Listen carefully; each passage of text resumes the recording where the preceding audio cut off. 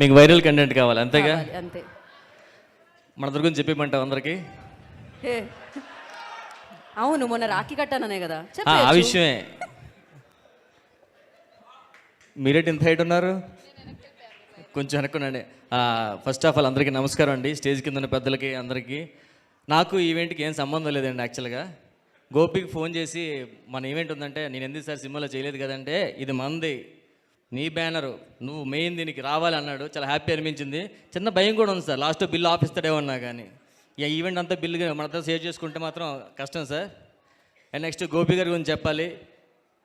గోపి గారు very dangerous మంచోడు అండి, మీ అందరూ తెలుసు. చాలా డేంజరస్ మంచోడు.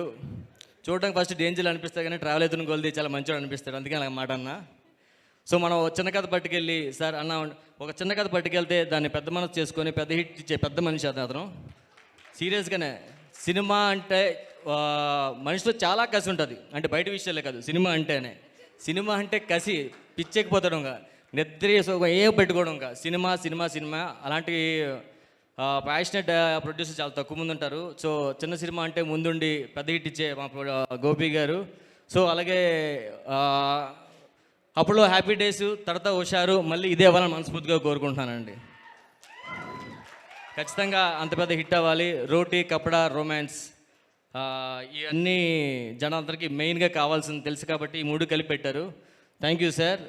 ఈ సినిమాలో నాకు క్యారెక్టర్ ఇవ్వడానికి కూడా కొంచెం బాధగా ఉంది. నెక్స్ట్ గుర్తుపెట్టుకుని ఇవ్వండి సార్ కొంచెం. Next over to you.